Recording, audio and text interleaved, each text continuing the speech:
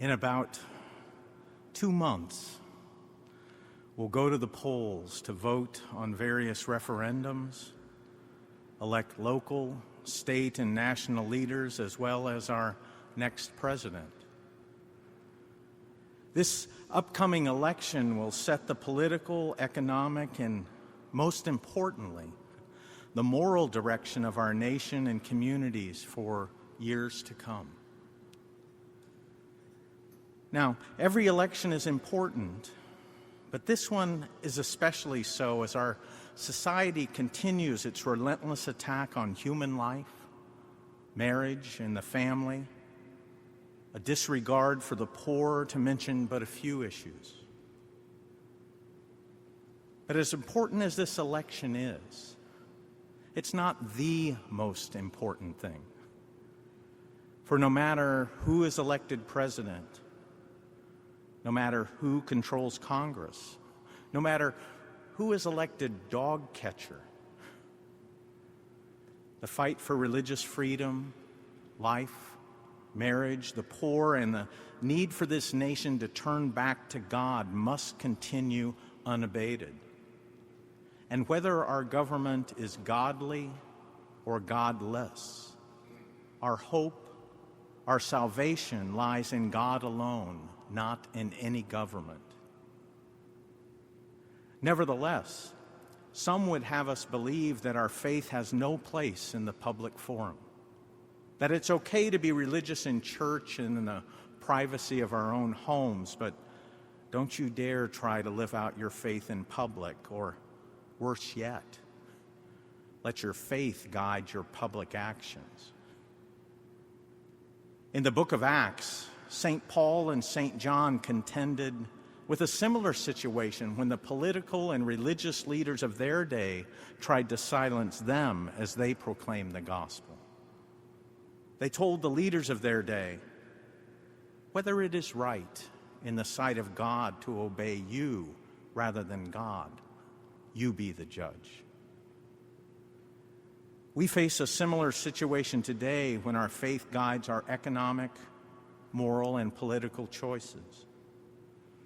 Whether it is right in the sight of God to stand against the increasingly immoral character of our society, or just keep quiet, you be the judge. But the fact is, we are obligated as members of the church to shape the moral character of our society as part of the mission given to us by Christ himself. So says Deacon Baldwin? No.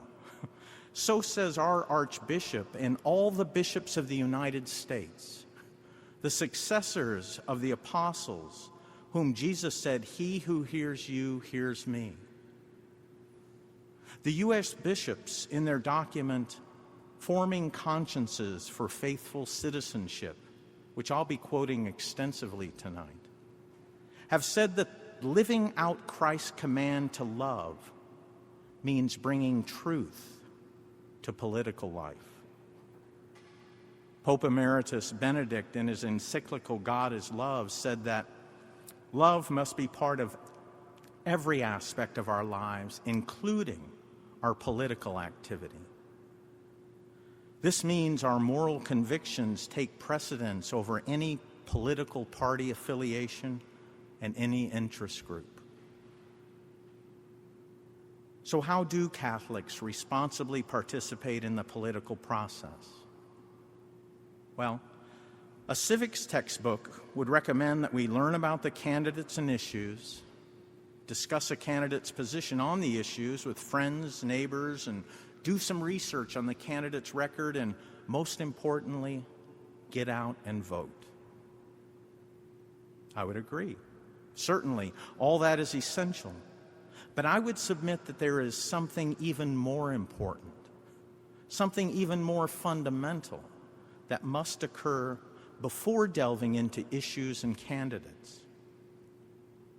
The first and most fundamentally important step to responsibly participating in the political process is to form our consciences in accordance with the truth. Forming our conscience simply means learning how to recognize right from wrong, something we lost the ability to do to some degree when Adam and Eve decided they could determine right and wrong. How do we learn to recognize right from wrong? The Catechism says we learn right from wrong by listening to the Word of God, through the witness and advice of others, and by the authoritative teaching of the Church. We are bound then, the Catechism continues, to incorporate this knowledge into our lives through faith and prayer, and then put that knowledge into practice.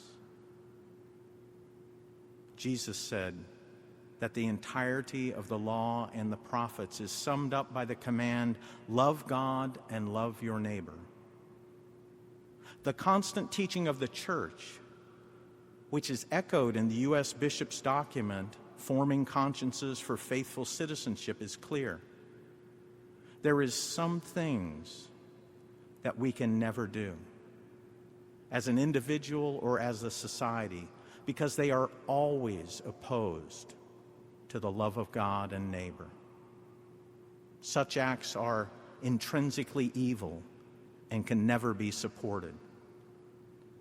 Abortion is one example. The bishops of Denver, several years ago, issued a statement on abortion, which I'll quote. Quote, "Abortion kills an unborn, developing human life. It is always gravely evil. And so are the evasions employed to justify it. Catholics who make excuses for it, whether they are famous or not, fool only themselves and abuse the fidelity of those Catholics who sincerely seek to follow the gospel and live their Catholic faith." Unquote. The right to life is the most fundamental right, the most preeminent right, because without it, no other rights are possible. Treating human beings as mere objects through so-called mercy killing or euthanasia, human cloning, and destructive research on human embryos, that is, a human person in the embryonic stage of development, is also intrinsically evil. Furthermore, consistent with choosing life, Catholics are called to oppose the use of the death penalty, since modern society can protect itself using non-lethal means. So does this mean we are single-issue voters? No. A candidate's position on a single issue is not reason enough to support that candidate. However, the bishop's document states that if a candidate's position on an issue involves an intrinsic evil, such as racism or abortion, to vote for that candidate with the intent of supporting that position would constitute formal cooperation in a grave evil, a mortal sin. That's from paragraph 34 in the bishop's document. Suppose a candidate who supported terrorism asked for your vote. Would you say, "I disagree with you on terrorism, but tell me where you stand on the other issues"? We wouldn't do that, would we? That candidate's position on terrorism disqualifies him from public office. So it is with any candidate who supports an intrinsic evil. The family is another critical issue facing us today. The family is the fundamental unit of any society. It springs from the marriage of one man and one woman.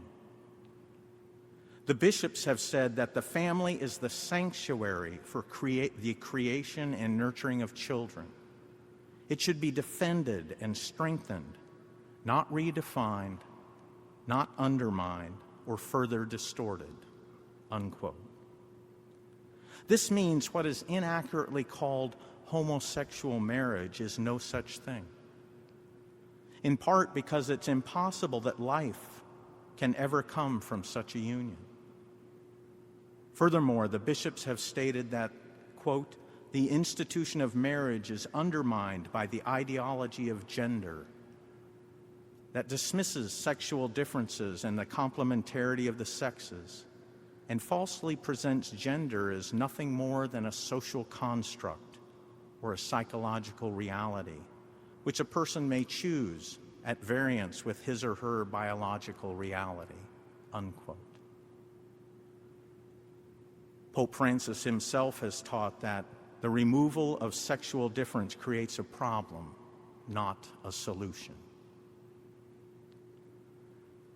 But we must not forget that the Catechism also teaches that persons with homosexual tendencies must be accepted with respect, compassion, and sensitivity.